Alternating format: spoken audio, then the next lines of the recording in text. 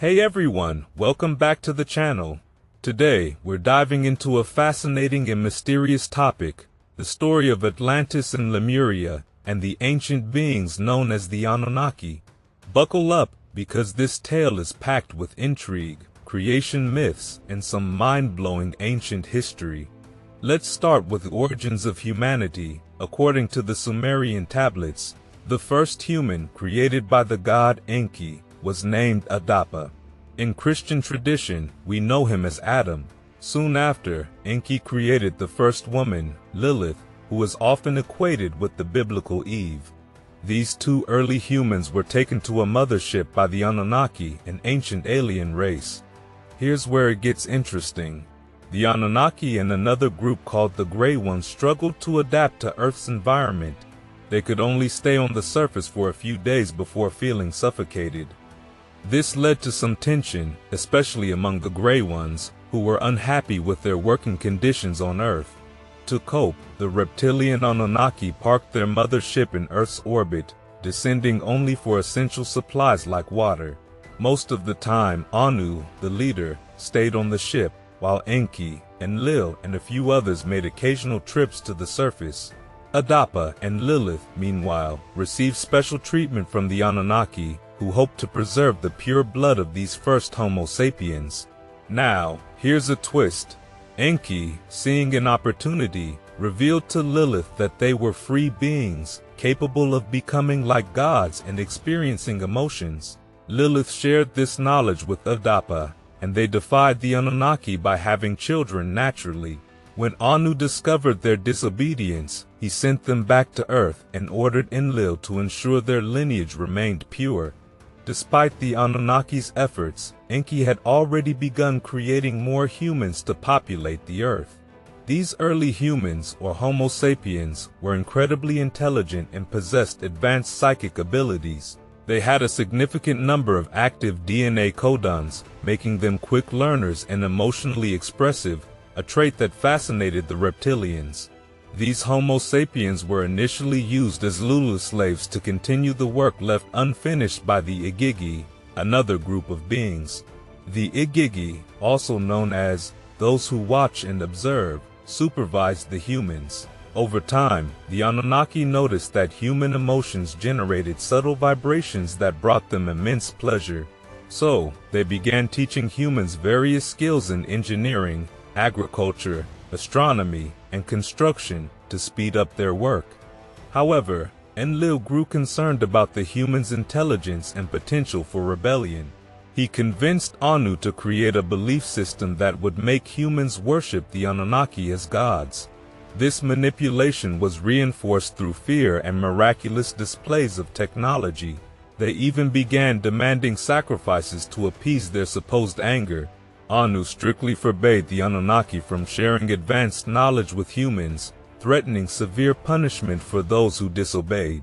Enki, however, opposed this decree, believing that humans should be free to evolve and develop self-awareness.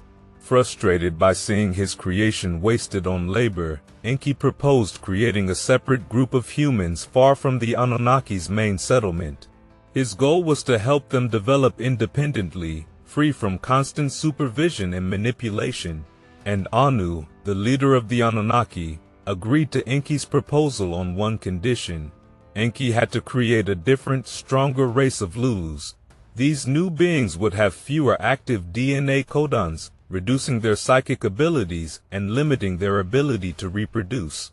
Enki agreed and created a second race of humans with black skin, designed to withstand the sun and be physically robust, but with diminished psychic powers. These new humans were employed as slaves for the grueling tasks required by the Anunnaki.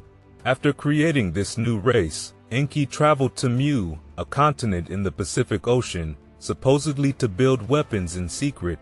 With the freedom he had in Mu, Enki created a third race of humans, the Lemurians. They were physically similar to the first race but taller, averaging between 2 and 2.5 meters in height. They retained their psychic abilities and developed advanced civilizations. Knowing that the Anunnaki would eventually come to inspect his work, Enki moved his operations to the Atlantic, where he created the fourth race of humans, the Atlanteans. These humans were similar to the first race in size and physical capabilities, but had darker skin and were highly intelligent. The Atlanteans quickly developed advanced technology, including atomic weapons and devices that could harness energy through crystals, prisms, and quartz. Both the Lemurians and Atlanteans flourished, building great civilizations.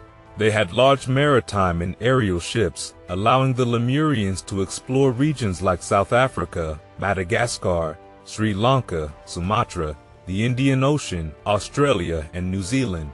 Meanwhile, the Atlanteans explored nearly all the world's oceans.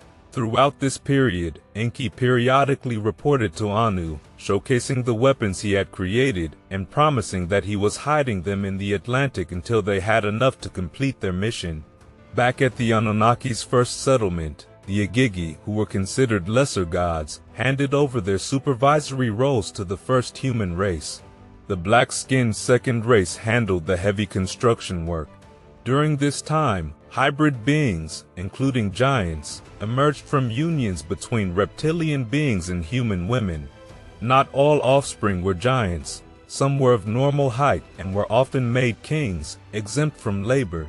These human women cleverly extracted valuable knowledge from their reptilian partners, learning secrets that were forbidden to Homo sapiens. Enlil, intoxicated by the devotion of humans, tested a man named Abraham, a descendant of Adapa, to prove his faith. Enlil commanded Abraham and his descendants to be circumcised, marking them as his chosen people. This act laid the foundation for Enlil's plan to establish himself as the sole god on earth. However, Enlil soon discovered that some reptilian beings, known as the Watchers or fallen angels in the Bible, had violated the order to withhold knowledge from humans. To instill fear, Enlil chose Abraham's grandson, Enoch, and showed him the tortures inflicted on these fallen angels. Enoch was tasked with spreading the word of these punishments, ensuring that humans understood the consequences of breaking the law. And about 12,000 years ago, Enlil decided to visit the Atlantic without telling Enki. He was shocked by the advanced culture and technology he found there, including the powerful weapons. Alarmed, Enlil reported this to Anu and the Anunnaki Council, accusing Enki of betrayal. Enki, however, had an explanation. He admitted to testing an improved human race to see their potential. His primary mission, he claimed, was to develop weapons for the Anunnaki reptilians, and he had succeeded. He argued that these advanced humans could be valuable in creating new motherships and portals to communicate with other Anunnaki settlements. Although skeptical, Anu and the council eventually agreed to Enki's plan, on the condition that these humans would be closely monitored by the reptilians and that the weapons would be transferred to the mothership. Enlil, still seeing these advanced humans as a threat, devised a plan to eliminate them. He secretly informed the extraterrestrials that the Anunnaki had created weapons to destroy them and revealed the location of these weapons, urging them to act quickly before the weapons were transferred. The extraterrestrials, alarmed, alerted the Carians and prepared for war. They sent an emissary to Anu, demanding he abandon his plans. Anu, realizing the gravity of the situation, assured them that the weapons were not intended for use against their allies, but were meant for a reptilian base in the Pleiades. He emphasized that he did not want war. The Carians, however, issued a stern warning.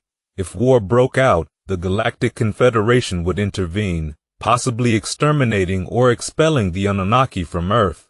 Anu promised to destroy the weapons to avoid any misunderstanding. Meanwhile, the extraterrestrials discovered the existence of Mu and the Lemurians, questioning Anu's intentions behind creating such an advanced human civilization.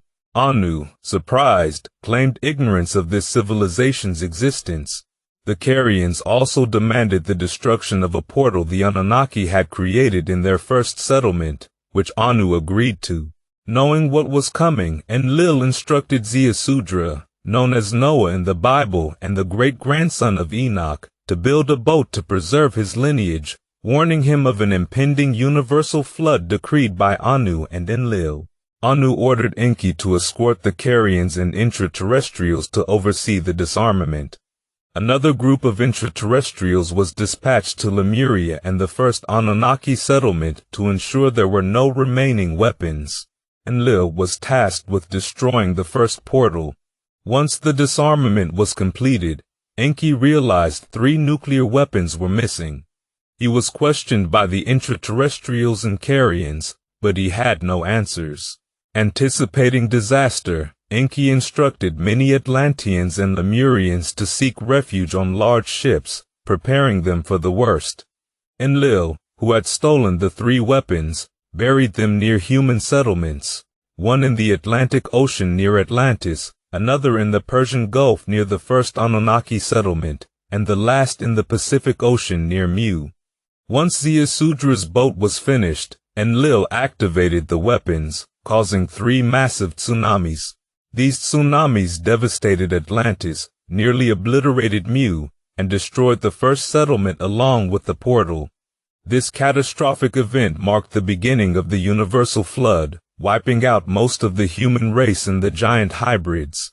The Atlantean vessel made its way to America, the Lemurian vessel headed to Asia, and Ziusudra's ship navigated towards Europe, eventually reaching the Black Sea.